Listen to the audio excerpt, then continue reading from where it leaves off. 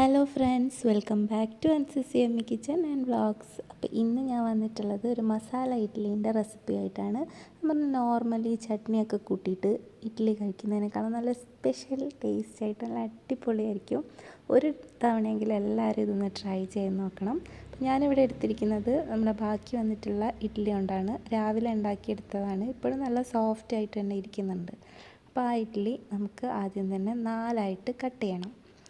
അപ്പം ചെറുതാക്കി ചെറിയ ചെറിയ പീസാക്കി വേണം കട്ട് ചെയ്യാം. ഞാനിപ്പോൾ ഇവിടെ 4ആക്കിയാണ് കട്ട് ചെയ്തെടുക്കുന്നത്. അങ്ങനെ എല്ലാ ഇഡ്ഡലിയും നമുക്ക് അതേപോലെ തന്നെ കട്ട് ചെയ്തെടുക്കാം. ഇപ്പോഴും നല്ല സോഫ്റ്റായിട്ട് തന്നെ ഇരിക്കുന്നുണ്ട്.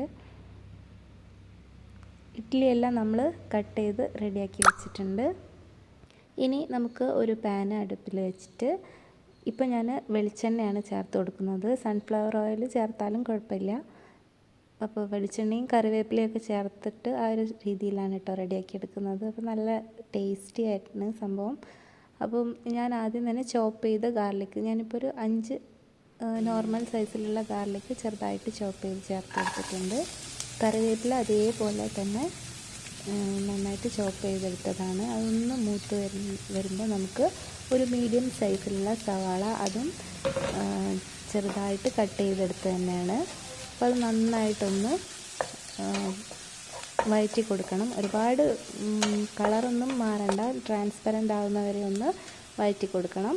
അപ്പോൾ ഏകദേശം വഴന്ന് വന്നിട്ടുണ്ട് ഇത്. അപ്പോൾ ഇനി നമുക്ക് അതിലേക്ക് ഒരു 1/4 ടീസ്പൂൺ മഞ്ഞൾപ്പൊടി, 1/2 ടീസ്പൂൺ മല്ലിപ്പൊടി, 1 ടീസ്പൂൺ മുളക് പൊടി, ഇത്രയാണ് ചേർത്ത് കൊടുത്തിരിക്കുന്നത്. ജസ്റ്റ് ഒന്ന് ഇത് നമ്മുടെ എണ്ണയിലൊക്കെ കിടന്നൊന്ന് മൂപ്പിച്ചെടുക്കാം. അതിൻ്റെ പച്ചമണമൊക്കെ ഒന്ന് മാറി വരുമ്പോൾ നമുക്കതിലേക്ക് ഇനി ഒരു 1/2 ടീസ്പൂൺ ഗരം മസാല ചേർത്ത് കൊടുക്കാം.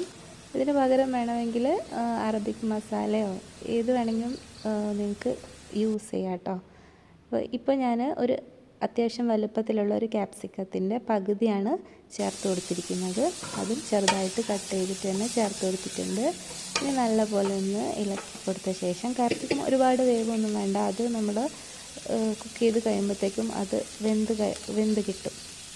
ഇപ്പോൾ ഇതിന് എനിക്ക് കുറച്ചുകൂടെ ഒരു കളറ് വേണം തോന്നിയതുകൊണ്ട് ഞാനിപ്പോൾ ഇവിടെ 1 ടീസ്പൂൺ കാശ്മീരി റെഡ് ചില്ലി പൗഡറും കൂടെ ചേർത്ത് കൊടുക്കുന്നുണ്ട്.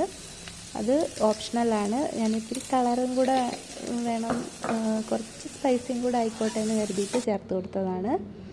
ഇനി നമ്മൾ കട്ട് ചെയ്ത് വെച്ചിരിക്കുന്ന ഇഡ്ഡലി നമുക്കിതിലേക്ക് ചേർത്ത് കൊടുക്കാം. ഇനി നല്ലപോലെ ഒന്ന് മിക്സ് ചെയ്തെടുക്കുക. പിന്നെ വേണമെങ്കിൽ തക്കാളി വേണമെങ്കിൽ ചെറുതായിട്ട് കട്ട് ചെയ്തിട്ട് അതും ഒരു 1/2 കഷ്ണം തക്കാളി വേണമെങ്കിൽ ചേർത്ത് കൊടുക്കാം. ഞാനിവിടെ തക്കാളി ചേർത്ത് കൊടുക്കുന്നില്ല കേട്ടോ.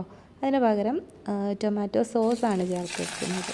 വളരെ കുറച്ച് ഒരു 1-1.5 ടീസ്പൂൺ മാത്രം ടൊമാറ്റോ സോസ് ചേർത്ത് കൊടുത്തിട്ട് നല്ലപോലെ ഒന്ന് മിക്സ് ചെയ്തെടുക്കുക. അതിന് ശേഷം നമുക്ക് മല്ലിയിലയും കൂടെ ചേർത്തിട്ട് ഒന്ന് മിക്സ് ചെയ്തെടുത്താൽ നമ്മുടെ മസാല ഇഡ്ഡലി റെഡി.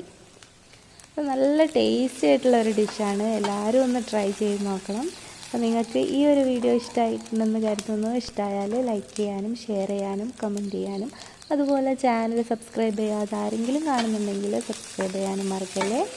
ഈ ഒരു ഡിഷ് നമുക്ക് ഡിന്നറായിട്ട് യൂസ് ചെയ്യാം, അതുപോലെ ബ്രേക്ക്ഫാസ്റ്റ് ആയിട്ട് യൂസ് ചെയ്യാം, അതുപോലെ ഈവനിങ് സ്നാക്കായിട്ടൊക്കെ യൂസ് ചെയ്യാൻ പറ്റിയിട്ടുള്ള ഒരു അടിപൊളി ഐറ്റമാണ് കേട്ടോ. ഇതുപോലെ നല്ല അടിപൊളി വീഡിയോസുമായിട്ട് ഞാൻ ഇനിയും വരും.